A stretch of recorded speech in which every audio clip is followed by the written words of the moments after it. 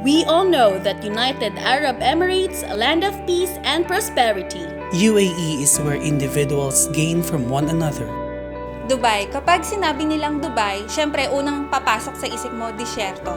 Pero hindi nila alam, may magagandang tanawin, istruktura at oportunidad talaga.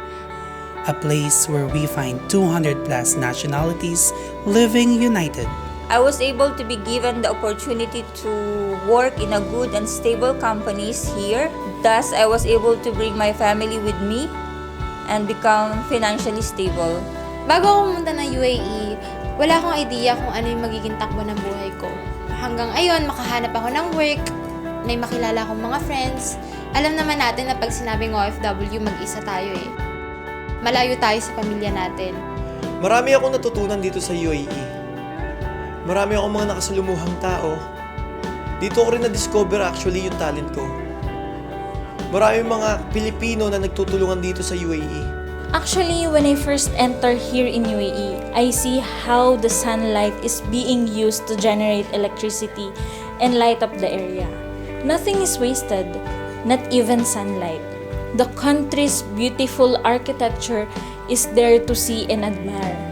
We can just stroll and see the sunset to efface the loneliness and boredom and stress.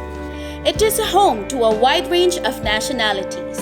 A place where we realize to spread love. Nakakapanibago sa umpisa dahil madami kang makakasalamuhang iba't ibang lahi, kultura, pero syempre gusto mong sumabay para sa iyong pamilya. I found peace here and big opportunity to develop myself. Jobs are available and opportunities are really huge. So, nakaroon ako ng maraming kaibigan, na-discover ko sa sarili ko na kaya kong maging independent at kaya kong harapin yung mga problema ko ng mag-isa.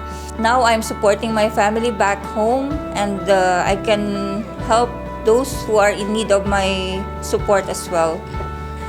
I dream big and inspired, and I want to experience it through hard work and what I really want.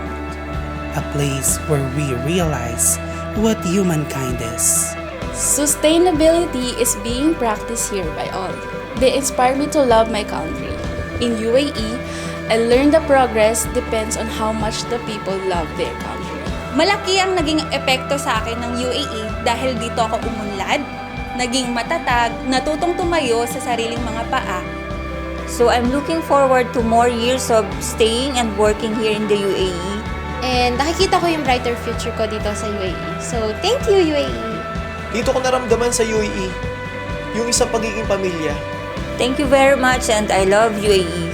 United Arab Emirates is blessed with leaders who believe that anything is possible. We thank UAE for making this possible.